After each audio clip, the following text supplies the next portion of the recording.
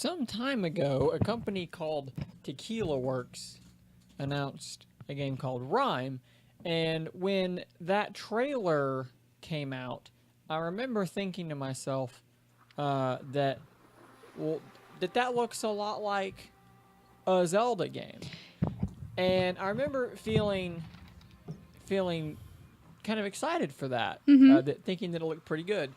I like the art style a lot. I remember being Kind of reminds me of The Witness. very similar art style. So we were pretty excited about this game. It was originally going to be a PS4 exclusive, and then I think Sony cut ties with them for one reason or another, and now it's coming to PC and Switch as well. And I was thinking, oh, that'd be a good fit for Switch. I'm really enjoying Zelda on there, so something that might be in a similar vein would be cool. A third-person puzzle adventure game. However, there's some news kind of breaking here in the last few days that we'll show you in just a second. That Rime, in addition to a couple of other games like Puyo Tetris and The Binding of Isaac, both seem to be higher price than we would have expected. So Rime is going to be $10 more. Yeah, Rime is going to be $30 on everything else, and then $40 on Switch, which you'll see right here. And Puyo Puyo Tetris is $10 more, $30 on PS4. It says it's only available as a physical release. Binding of Isaac is $40, which seems to me to be insane considering the age of that game. Yeah, I mean, it's a good game, but like it's not. It's pretty. Didn't we get it for free? Yeah, it's pretty So old. we got it for free. So like, to me, after you've already gotten something for free, it seems kind of wild to pay $40. $40 for it. Which, obviously that's cheaper than most, big brand games, but for a smaller, I guess, studio, would you say it's a smaller studio, you don't expect to pay that much. It's that much. If it was new, $40 would be great for the Binding of Isaac. It's worth that, but it's not new. It's so old now. It seems weird to be charging $40 still for that age of a game. They were only doing a physical release for Rime. No, Rime will be digital as well. And actually, the whole physical-digital distinction is something interesting what we're going to get into here in a minute. So, a lot of people are getting upset, and I think that they have a good reason to feel a little upset, a little irritated, thinking, why do I have to pay more for the same game on a different system? And I think that to me, it seems like what's happening here is that manufacturing on a cartridge is just intrinsically more expensive than on a disc. They cost more to manufacture. Now, so by virtue of that, this may be something that goes away over time, because if you make more of something, it gets cheaper to manufacture. So this may only be a launch timeline problem, but it seems to me that that's what's happening. These companies are saying, well, we're going to make less on our Switch sales because it costs more to make those cartridges. So then I hear a lot of people say, well, why isn't the digital version $10 cheaper? Yeah, because that would make sense to me. And it would, but the biggest problem there is that you can't piss off your brick and mortar shops yet. You still need them to be okay. If Nintendo says, oh yeah, it's $10 cheaper in the eShop, then that's way too much competition. no one's going to go to the store. Yeah. And that pisses off Best Buy and GameStop and Walmart and a bunch of smaller little, family-owned shops too. So I guess that makes sense, but it's still kind of one of those things that, like, okay, what about the little, and I'm probably way off here, but the cartridge, I didn't get to see it before you popped it in, of Zelda Breath of the Wild. Does it not look similar to the little cards that come with a DS game or something? Or is it different? It's similar, but they're much higher capacity. Is that why they're more expensive? Because, I mean, how much is a DS game? Most DS games topped out at $40. And that's a good point. I mean, so we never people saw have been paying about that much anyways. We never saw...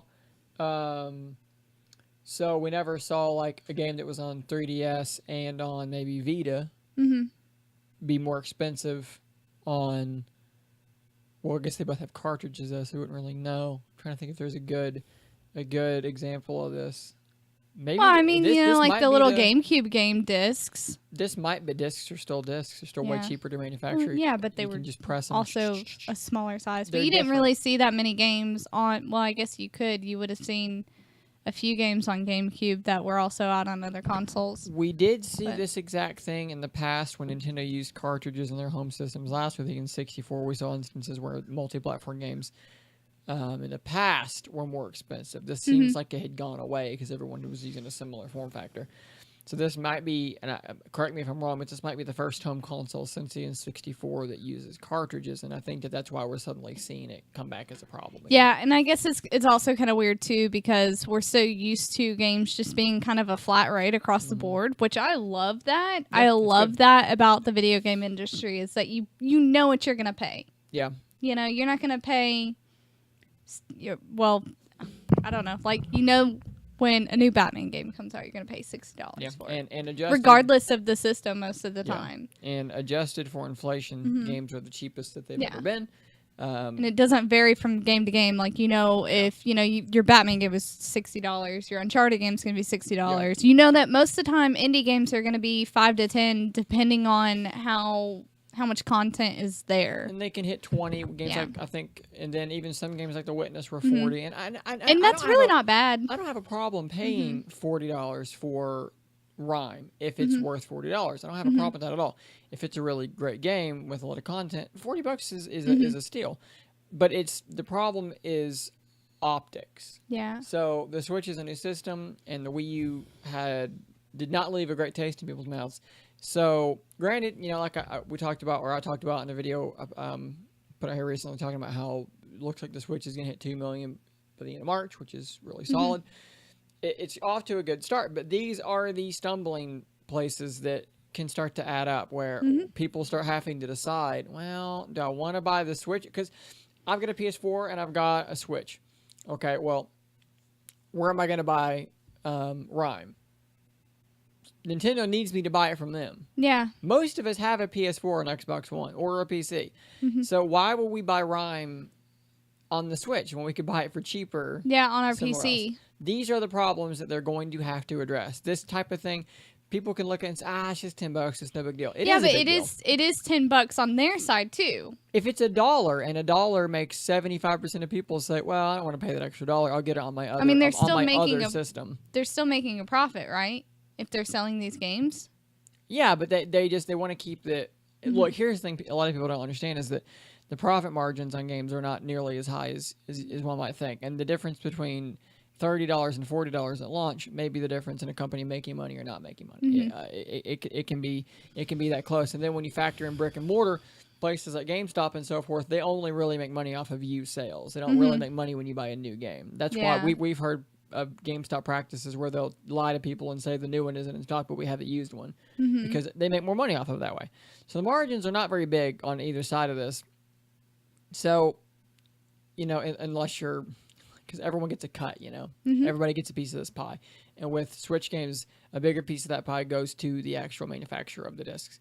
So this will be possibly problematic, like I said, as people. We live in a world where everyone has a game system, and people that also have a Switch now must decide: will they pay $10 more to play it on their Switch? I think that they will. I don't know, because personally, I won't. I want to play Rime, but like if I buy it, it's probably not going to be on Switch unless there's some good reason to.